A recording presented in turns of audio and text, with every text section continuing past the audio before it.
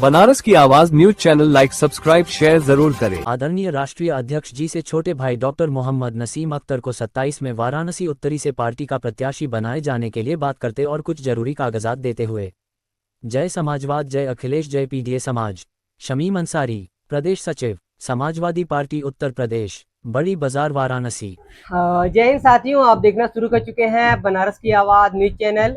और इस समय जो है कि असम में चुनाव होने वाला है और इस चुनाव के दौरान सीएम योगी जो है वो बड़ा बयान देते हैं और कहते हैं कि जिस यूपी में उन्होंने अपराध मुक्त यूपी बनाया है और दंगा और कर्फ्यू जैसे मामले अब नहीं हो रहे हैं, इसको लेकर हम बात करेंगे शमीम साहब से। क्या वाकई में यूपी जो है अपराध मुक्त हो गया जिस तरह से वो असम के बड़े बयान में दावा कर रहे हैं? मतलब देखिए, बाबा योगी आदित्यनाथ जी महाराज हैं, हम सब के वजीर आला हैं, बहुत एहतराम के मकाम रखते हैं वो, बहुत उनकी इज्जत भी करती है जनता हमारे देश की, प्रदेश की, और हम सब बहुत उनका एहतराम करते हैं। जिस तरीके की भाषाएं बोलनी चाहिए एक वजीर आला साहब को, उस तरह की ज़बान उनकी नहीं है कि वो योगी भी हैं, महाराज भी हैं, महंत भी हैं, संत भी हैं, और हमारे यूपी के वज़ीर आला साहब भी हैं। अब वो ये कहते हैं अगर कि हमने यूपी के अंदर मुसलमानों को नमाज़ पढ़ने के लिए मना कर दिया, कोई नमाज नहीं पढ़ता, कोई मतलब शोर शराबा नहीं करता, तो वज़ीर आला साहब से हम बताना चाहते हैं कि हमारे यूपी का, बनारस का, यूपी का और देश का मुसलमान सच्चा देशभक्त है। वो अपनी देशभक्ति और देश की मोहब्बत में आपकी बात को सुन लेता है और सुनेगा, क्योंकि हमको देश से मोहब्बत है।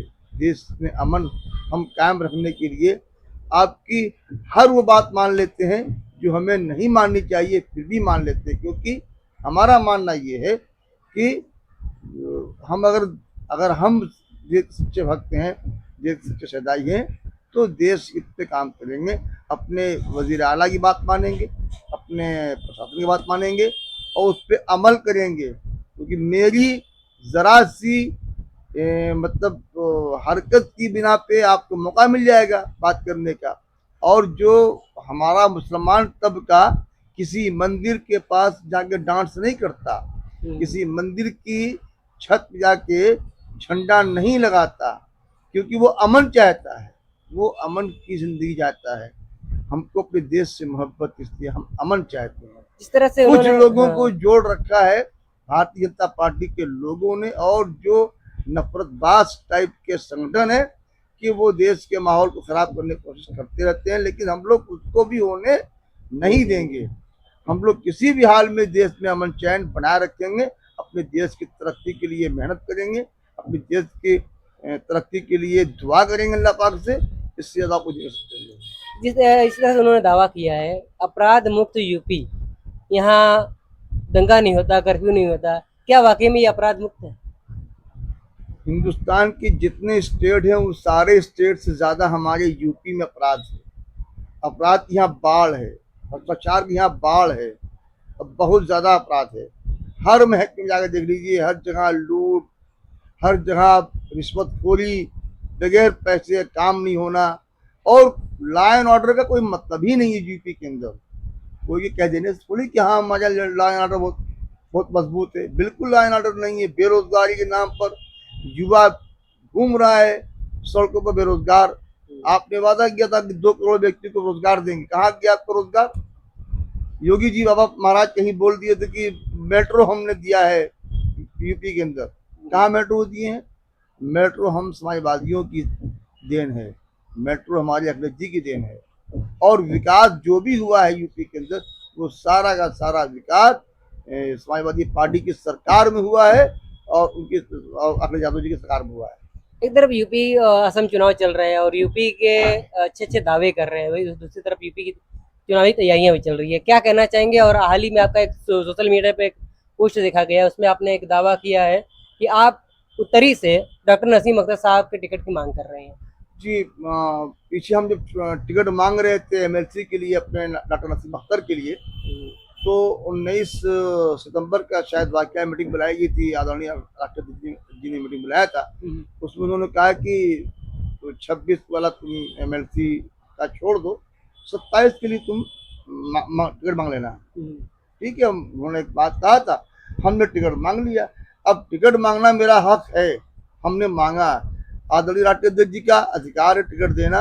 वो टिकट जिसको देंगे वो प्रत्याशी बनेगा, उसको चुनाव लड़ाया जाएगा, जिताया जाएगा। और इस बार इंशाल्लाह पीडीए की क़यादत में, पीडीए के समर्थन से और आदरणीय राष्ट्रपति जी के क़यादत में हमारे यहाँ यूपी में सरकार बनने जा रही है। और युवा एकदम तैयार है इस बार बीजेपी को सबक सिखाने के लिए।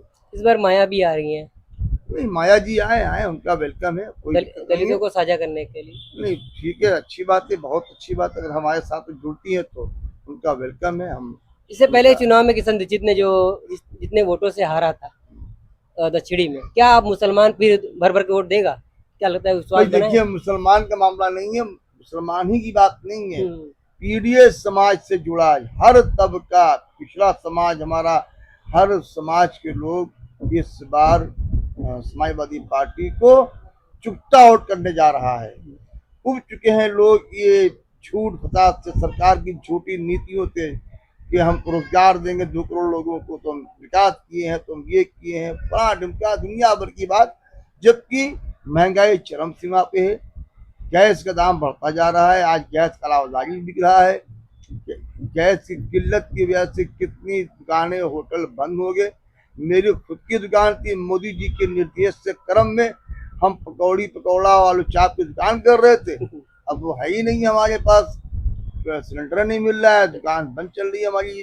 तो मोदी जी ने कहा था पकौड़ा तलो, तो आप हम वही कर रहे हैं भाई। हम लोग तो अपने देश के बादशाह की बात मानने वाले हैं। तो उन्होंने कहा, हमें लगा कि नहीं करना चाहिए, बेरोजगारी है, तो बच्चे हमारे पढ़े लिखे हैं, बीए वगैरह किए हैं, तो ठीक है। मतलब बीए करने के बाद ही पकौड़ा तल रहे हैं हमारे बच्चों से हमारे, आप देख लीजिए दुकान में हमारी।